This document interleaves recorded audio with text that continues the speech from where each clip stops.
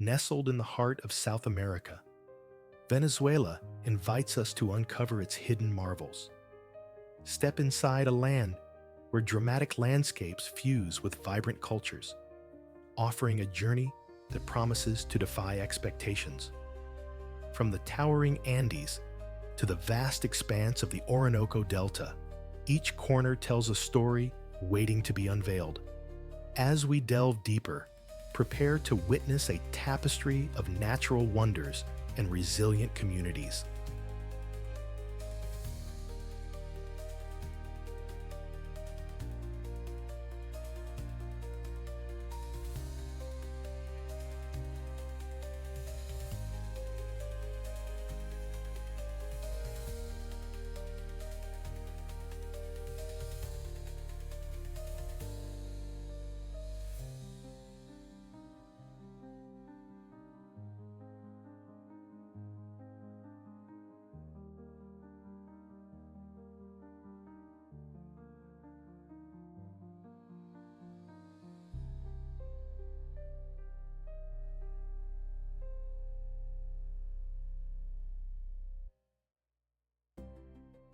Amidst the dense embrace of South America's northern coastline, Venezuela unfurls a tapestry of vibrant ecosystems.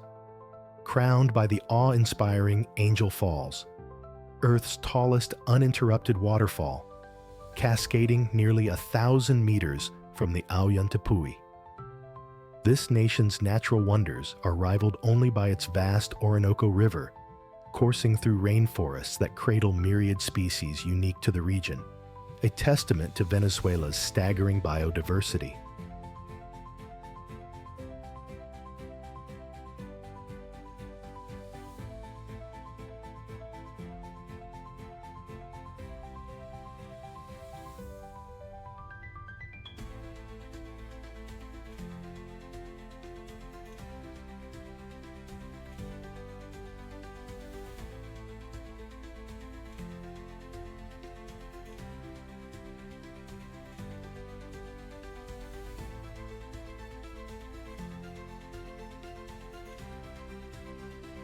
In the heart of Venezuela, the mist rises gently over the tabletop peaks of Mount Roraima, where ancient rock formations guard secrets of millennia.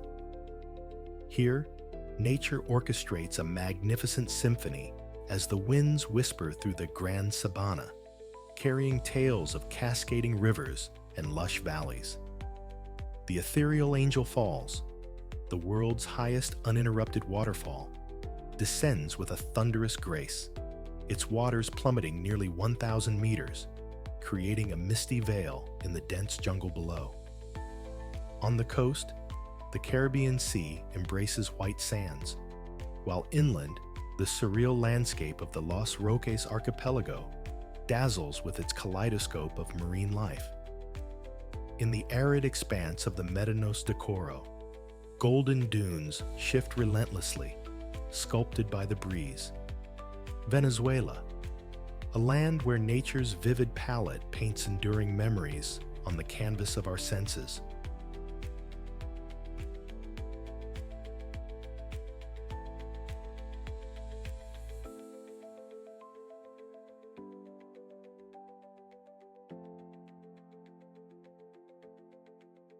Madriski does not truly stand alone. It is tethered to its neighbor, Cayo Pirata, by a slender ribbon of incandescent sand that shimmers in the equatorial sun. This is no ordinary sandbar. Geologically, it's known as a tombolo, a delicate bridge built grain by grain over thousands of years. Its existence is a testament to the precise physics of the sea, formed by the refraction of waves as they bend around the two islands, losing energy and depositing their sedimentary load in the calm water between them. Walking its length, which can be over 100 meters, you become acutely aware of its dual nature. To the west, the placid, impossibly turquoise lagoon of the Los Roques Atoll, a protected nursery for countless juvenile fish and a haven for grazing green sea turtles. To the east, the deeper, more formidable blues of the open Caribbean, where the outer reef drops away into the abyss. This fragile isthmus is more than a path. It is a living, shifting boundary between two distinct marine worlds, a powerful reminder that even in a place that feels eternal, the ground itself is in a constant, quiet conversation with the sea.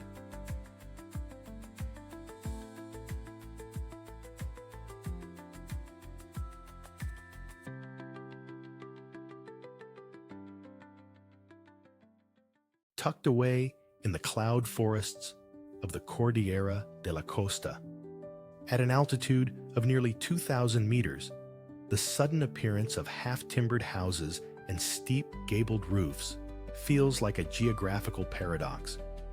This is Colonia Tovar, a town that isn't an accident of migration, but the result of a deliberate state project. In 1843, under the direction of geographer Agostino Codazzi, 391 settlers from the Grand Duchy of Baden were brought here to cultivate this remote Venezuelan land. For more than a century, their isolation was profound, a valley cut off from the rest of the country. This seclusion acted as a cultural incubator, preserving not just their architecture, but their distinct Alemannic dialect and customs. What began as an agricultural experiment became an unintentional time capsule, a living fragment of 19th century southern Germany, cradled by the mists of the Caribbean mountains.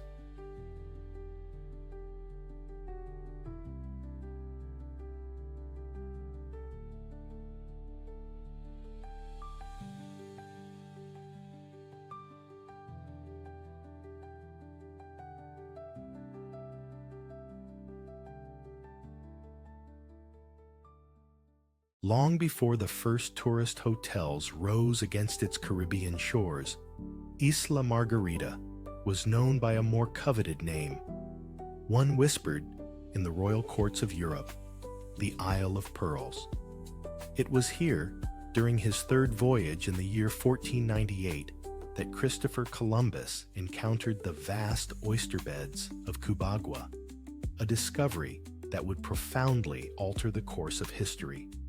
For the next 50 years, the iridescent spheres harvested from the native Pinctada imbricata. Oyster funded the vast ambitions of the Spanish Empire, becoming one of its earliest and most significant sources of New World wealth, predating even the great silver mines of the mainland. This was a systematic extraction on an immense scale, an industry that shaped the destiny of the region, creating staggering fortunes while fueling brutal conflict. Today, as the sun glints off the turquoise water, it's easy to see only a tranquil paradise.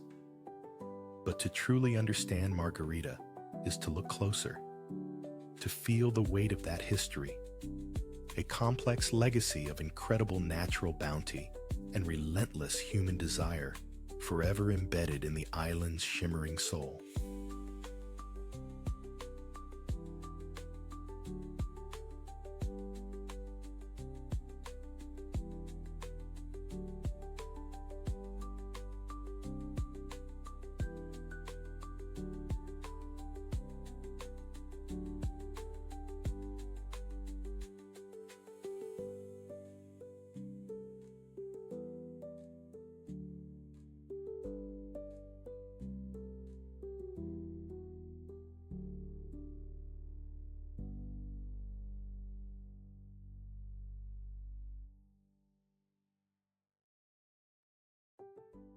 Perched defiantly atop the highest, wind-scoured point of Gran Roque, the old lighthouse has stood its solitary watch since the 1870s. It is a rugged, unadorned structure, built not of conventional, imported brick, but hewn from the very coral stone quarried from the surrounding quays, giving it the appearance of having grown directly from the land it occupies. Its foundation, is sunk deep into the island's ancient volcanic heart, a core of dark, igneous rock whose stark, arid profile presents a dramatic contrast to the liquid turquoise world it endlessly surveys. From this vantage, the view is a breathtaking, sprawling mosaic of some 350 islands, cays, and islets scattered like brilliant emerald and bone-white fragments upon a vast, shimmering blue canvas. Commissioned during the modernizing era of President Antonio Guzman Blanco, its construction was more than a pragmatic installation of a navigational aid. It was a deliberate and powerful declaration of sovereignty, a stone anchor dropped to claim these remote, crystalline waters for the nation. Today, its powerful lantern is long extinguished. Its sweeping beam no longer pierces the Caribbean night. Yet it endures as the archipelago's most potent symbol, a silent, sun-bleached sentinel, battered by salt and trade winds, testifying to a resilient human history etched into the delicate fabric of one of the planet's most sublime and fragile marine ecosystems.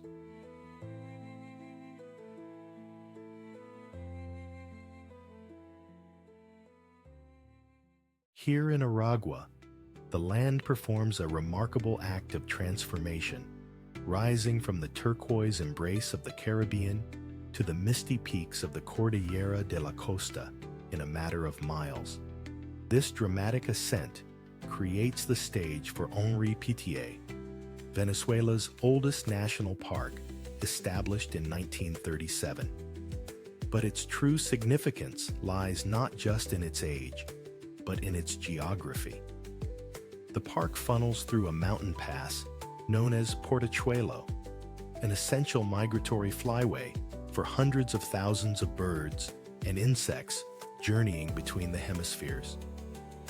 More than 580 avian species, nearly 8% of the world's total, have been recorded here. You can feel the weight of this ancient biological crossroads in the dense, humid air. A silent, powerful current of life flowing through the cloud forest. It's a powerful reminder that some of the world's most important journeys are not measured by human maps, but by the instinctual pull of the seasons.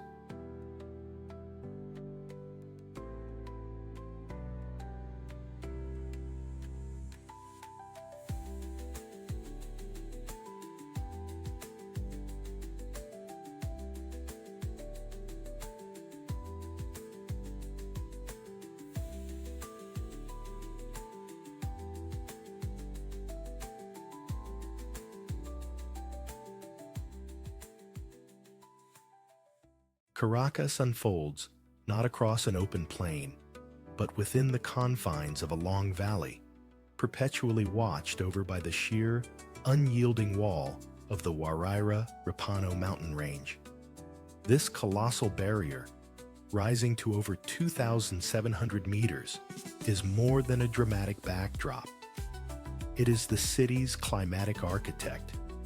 It intercepts the humid Caribbean trade winds, bestowing upon the valley a surprisingly temperate, almost eternal spring, a world away from the tropical heat of the coast, just a few kilometers beyond its peaks. This geological embrace has shaped everything, from the city's dense, linear growth to the collective psyche of the Caraqueños, who orient their lives by the mountain's constant, silent presence. The result is a metropolis of intense contrasts, a concrete river flowing between ancient green banks, forever defined not by its outward reach, but by the magnificent natural fortress that both gives it shelter and dictates its limits.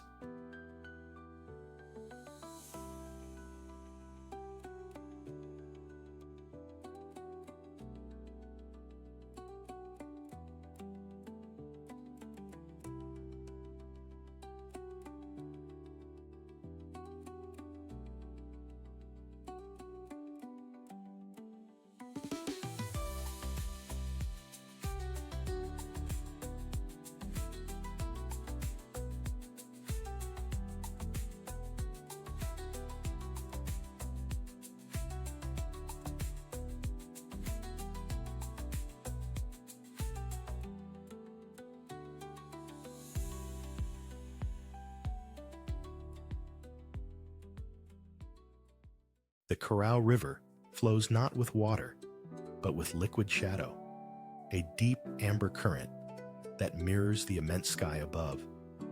Its distinctive tea-colored hue, a signature of the Guiana Highlands, presents a beautiful paradox. Profoundly dark, yet so transparent, you can trace the contours of the sandy riverbed many feet below.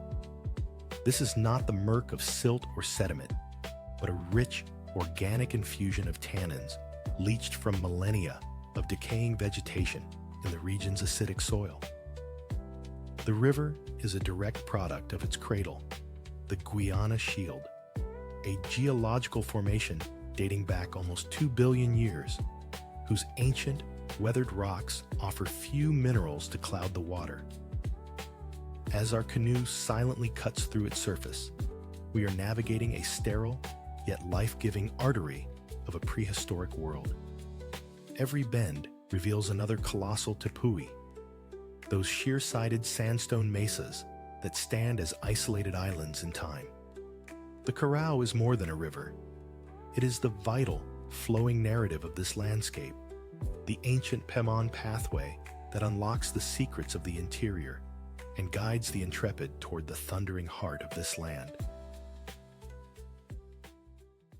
It is a landscape of stunning contradiction, a vast expanse of Saharan-like dunes, sculpted by the wind, yet lying at the very edge of the turquoise Caribbean.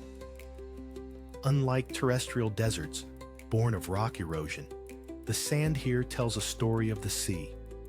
These are not grains of ancient mountains, but the pulverized remains of countless shells and coral reefs carried ashore by ocean currents over thousands of years. Once on land, the relentless alisios, or trade winds, take over. They are the true architects of this place, constantly shifting and reshaping these nomadic dunes, some of which tower over 40 meters high. The entire landscape is in a state of perpetual, silent motion, a slow motion wave of sand marching across the isthmus. To stand here is to witness a collaboration between two immense forces: the patient, grinding power of the ocean, and the tireless breath of the wind. What they create is not a static monument, but a living sculpture, a testament to the fact that even the most solid-seeming ground beneath our feet is in a constant, graceful state of becoming.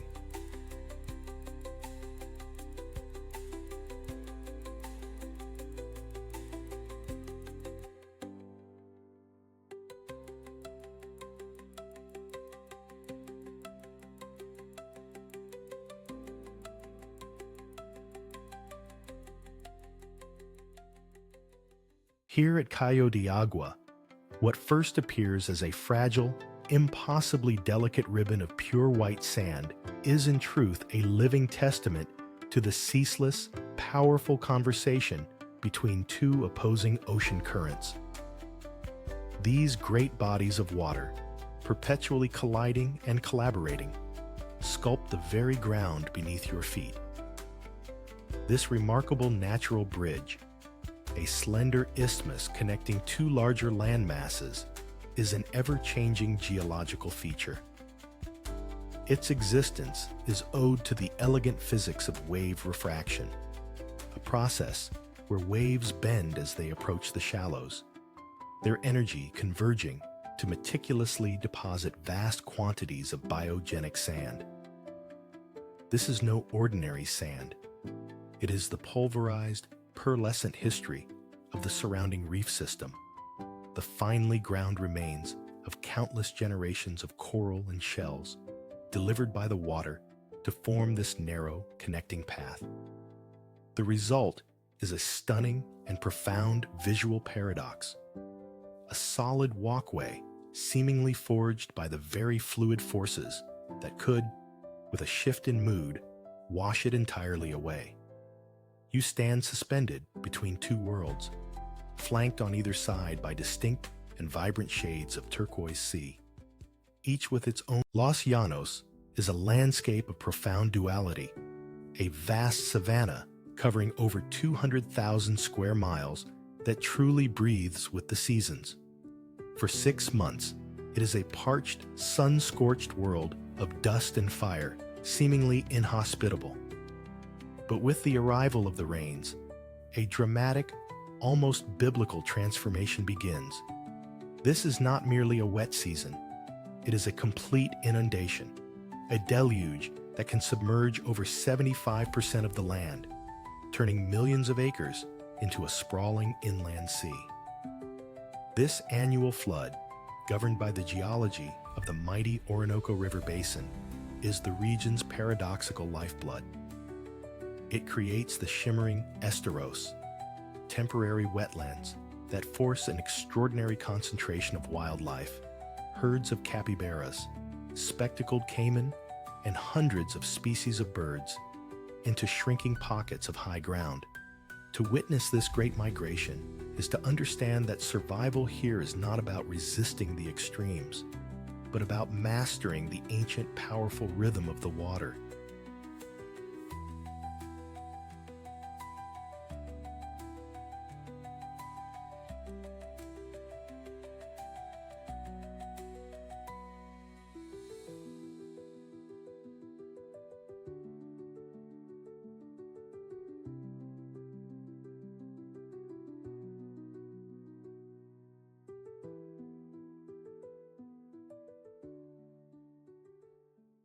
Here in the Caribbean, where volcanic fire and tectonic force have sculpted most of the land, Los Roques presents a profound geological counterpoint. It is a true atoll, a structure more at home in the vastness of the Pacific, formed over millennia by the patient accumulation of coral skeletons. Its outer barrier reef, stretching for nearly 170 kilometers, encircles and protects a shallow inner lagoon of astonishing clarity. Within this natural fortress lie some 350 islands and cays, many of them little more than ephemeral banks of brilliant white sand, constantly reshaped by wind and current. This entire aquatic province was designated a national park back in 1972, a prescient act of conservation. The result is what you see now, not merely a destination, but a living laboratory of marine biodiversity, a self-contained world where the primary architect has been life itself.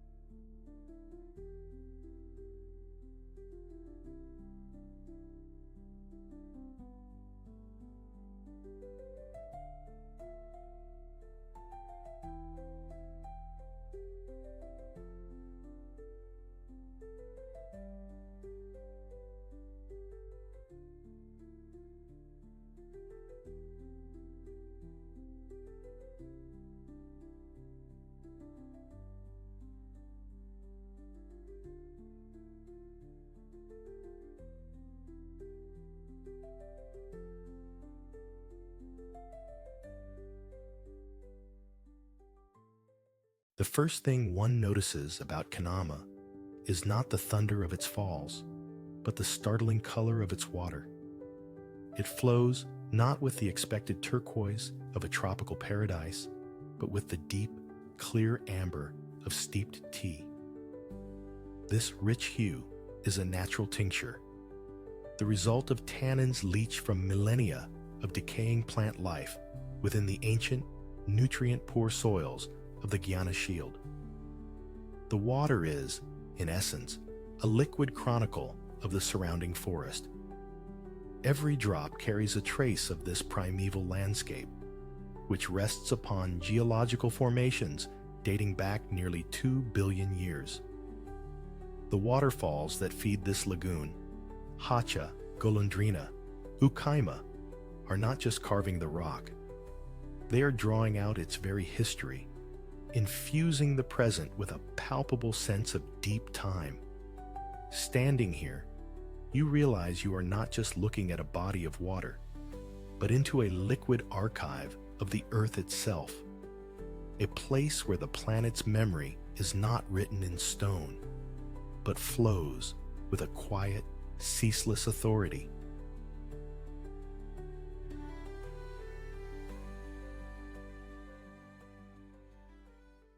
The pulse of modern Caracas beats strongest here, in Las Mercedes, a district defined by its glittering towers and cosmopolitan energy. Yet, less than a century ago, this entire landscape was the quiet domain of the Hacienda Las Mercedes, a sprawling coffee plantation whose name endures. The transformation began in the 1940s, as the land was parceled out for an exclusive residential suburb, a vision of tranquil, tree-lined avenues. Today, you can still find remnants of that original dream in the elegant mid-century villas that stand in quiet defiance, now nestled between avant-garde art galleries and towering office blocks.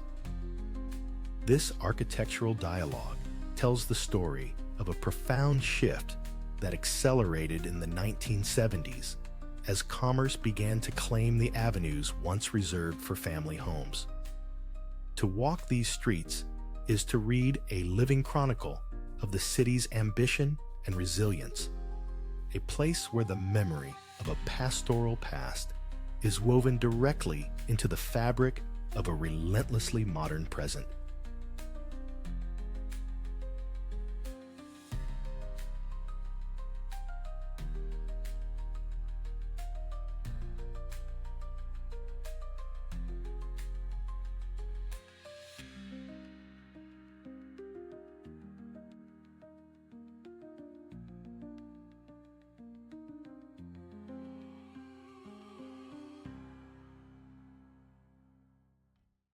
The name itself, Cayo Sombrero, or hat key, hints at a simple, defining shape, yet belies the island's complex origins.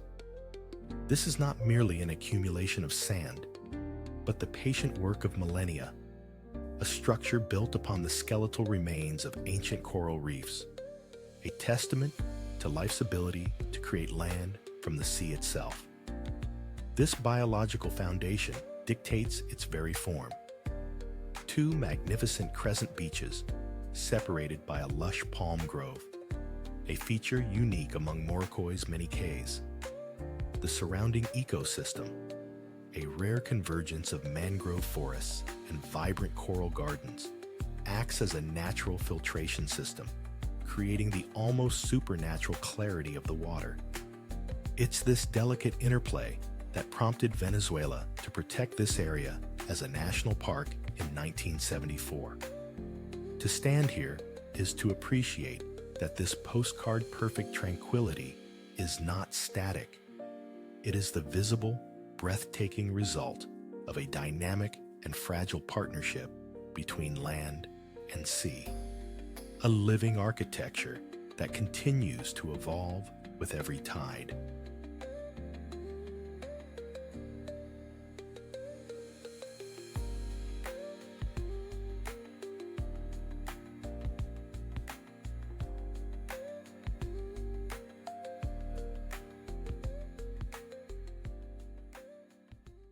Here, in Canaima National Park, we stand upon the Guiana Shield, a geological foundation nearly 2 billion years old.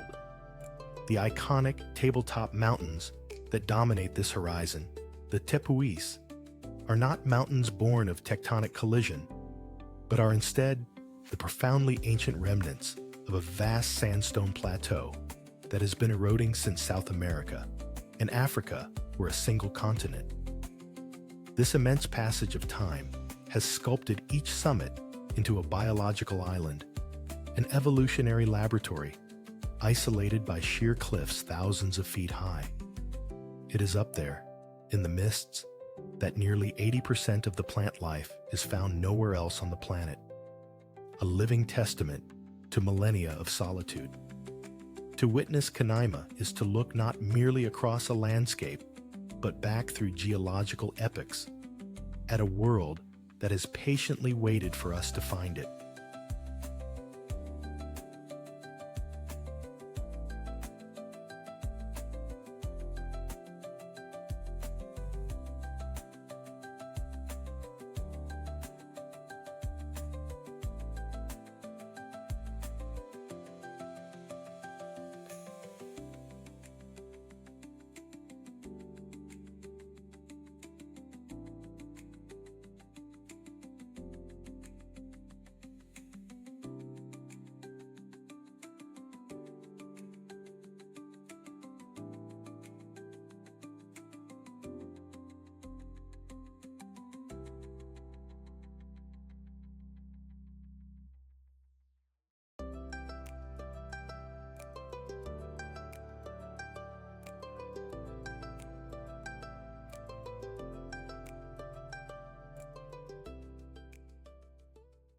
From this vantage point, Petare appears less as a district and more as a geological formation, a vast, cascading sea of unfinished brick and corrugated metal clinging to the hillsides of Caracas. It's a city within a city, home to hundreds of thousands, yet its origins are deceptively modest. This entire landscape grew around a small colonial town founded in 1621, a historical nucleus now almost completely engulfed by decades of informal construction. That original, orderly grid has been subsumed by the organic, almost cellular growth of the ranchos, a process accelerated by Venezuela's oil boom in the mid-20th century, which drew millions from the countryside. What we're witnessing then isn't simply chaos, but a complex, self-organizing system born of necessity. Each home, built by hand and stacked upon another, represents a powerful testament to human resilience. A metropolis constructed not by planners, but by the sheer, unstoppable force of migration and the will to create a home.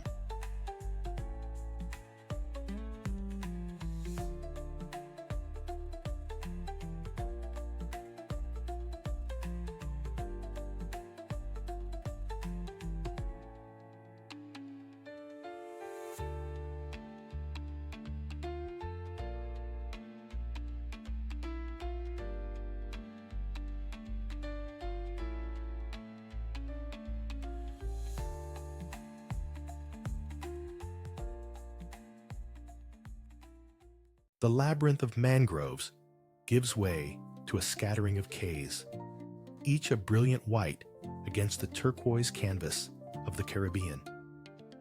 Unlike many islands born of fire and rock, these are relics of life itself. Morocoy's cays are not volcanic, but are composed of ancient coral reef limestone, uplifted from the seabed by immense geological forces millions of years ago. This biogenic origin is the secret to the park's character. The fine, powdery sand is the ground-down skeleton of a prehistoric reef, and the astonishing clarity of the water is a direct result of this limestone foundation. The very ground beneath our feet is a testament to countless generations of marine organisms. Here, the past is not buried. It is the very foundation of the present. Every grain of sand, every protected inlet where manatees now graze, is part of a continuous narrative written by the sea over a span of more than 125 million years. It's a powerful reminder that some of the world's most serene landscapes are built upon the most dynamic of histories.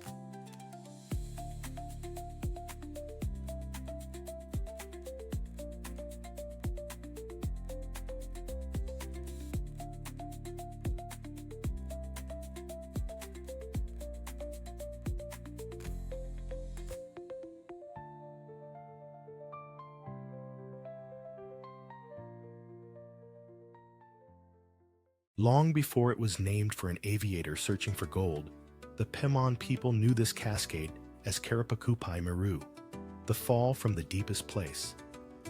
Its life begins not with a river, but as pure rainfall, gathered across the vast isolated summit of Aoyantipui. This is a geological island in the sky, a sandstone mesa whose origins trace back nearly 2 billion years to the supercontinent of Gondwana. From this ancient stage, the water begins its uninterrupted descent of 979 meters. But it's a journey of transformation. So great is the height that much of the volume atomizes into a cloud of mist, a ghostly veil that drifts into the canyon below, often never reaching the base as a solid stream. What we witness, then, isn't simply a column of water. It is the very atmosphere being returned to the earth, a timeless cycle made tangible, reminding us that this place belongs to a scale of time far beyond our own.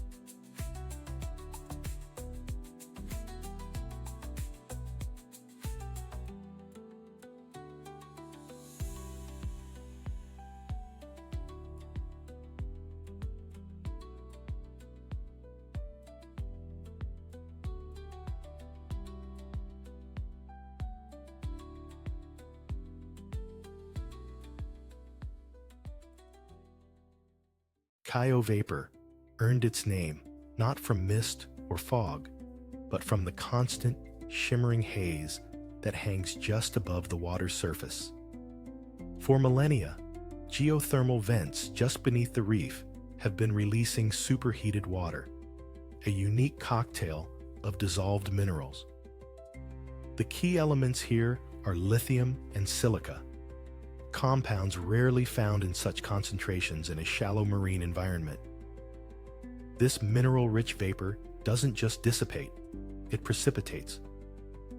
Over centuries, it has coated the coral formations in a micro-thin layer of opalescent silica, creating a landscape that seems to breathe light, shifting in color from mother of pearl to soft blues with the changing angle of the sun. It's a remarkable, slow-motion alchemy, a place where the Earth's inner heat visibly reshapes its outer beauty. This isn't just decay, it's a geological canvas, painted over a period of more than 5,000 years by the planet's own breath.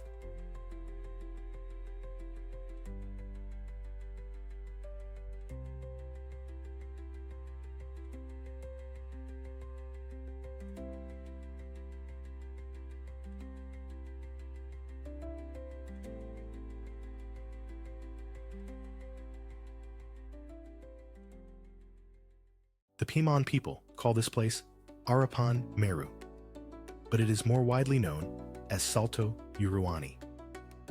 What makes this 8-meter cascade so remarkable is not its height, but the very ground it spills across.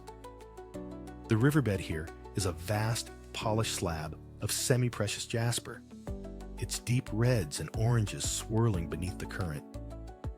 For hundreds of meters, the Uruani River itself stained the color of dark tea by tannins leached from the surrounding savanna, glides over this mineral canvas.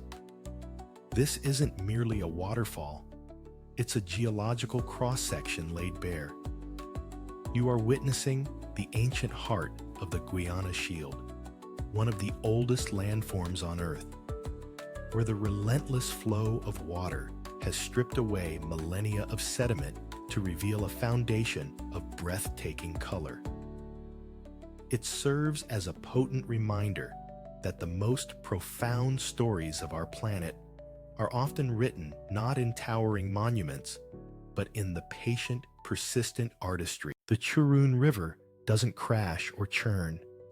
It glides with an unhurried, silent grace, a sleek ribbon of polished obsidian laid carefully across the boundless emerald jungle. Its surface, impossibly smooth, seems to absorb the light rather than scatter it, creating a dark, contemplative path into the heart of a lost world. This profound, tea-like hue, ranging from deep amber to near black, is not a mark of pollution, but a testament to an almost impossible purity. For countless millennia, humic acids and tannins have leached from the thick carpet of decaying leaves and roots on the floor of this ancient landscape, patiently staining the water molecule by molecule. Simultaneously, the river's slow, deliberate journey over some of the planet's oldest quartz and sandstone bedrock acts as a colossal geological filter. This primordial foundation, worn smooth by eons of patient erosion, yields virtually no silt or sediment, leaving the water with a crystalline clarity beneath its dark surface. The result of this unique chemistry is a flawless liquid mirror, perfectly reflecting the colossal, cloud-wreathed walls of the Aoyan Tepui, a plateau that has stood as a silent, monolithic witness for nearly 2 billion years. The name itself, Cayo Sal, or Salt Cay, is a quiet testament to a history concealed beneath its idyllic surface. Beginning in the 16th century, and for nearly 300 years thereafter, this was no sanctuary for leisure, but a crucial economic engine. The shallow coastal lagoons, flooded by the tide and baked by the relentless Caribbean sun, would slowly evaporate, leaving behind a glittering crust of pure salt. The white gold, essential for preserving provisions for the Spanish Empire's transatlantic fleets. This resource was so valuable, it was fiercely contested by rival powers.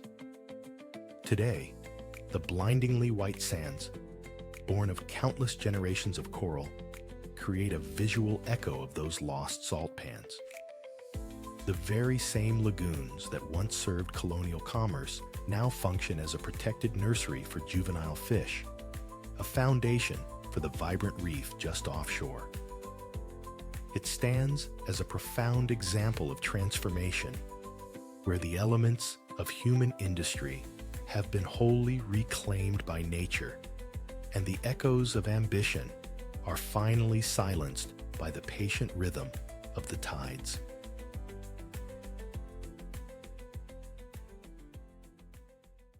The name itself, Chichiriviche, whispers of a time before Spanish galleons, an echo of the Carib peoples who first navigated these waters. This particular stretch of the Venezuelan coast, protected within Morocoy National Park, presents a stunning geographical paradox. The mainland here in Falcon State is an arid, almost severe landscape, yet just offshore lies this brilliant archipelago of cays. These are not islands in the traditional sense, not born of volcanic fire or the grinding of tectonic plates. Rather, they are the patient creation of the sea itself, built over thousands of years from the skeletal fragments of coral reefs, pulverized by the waves into fine white sand. Each cay is a monument to this slow, organic process, a delicate balance fringed by vital mangrove forests that serve as the ocean's nurseries.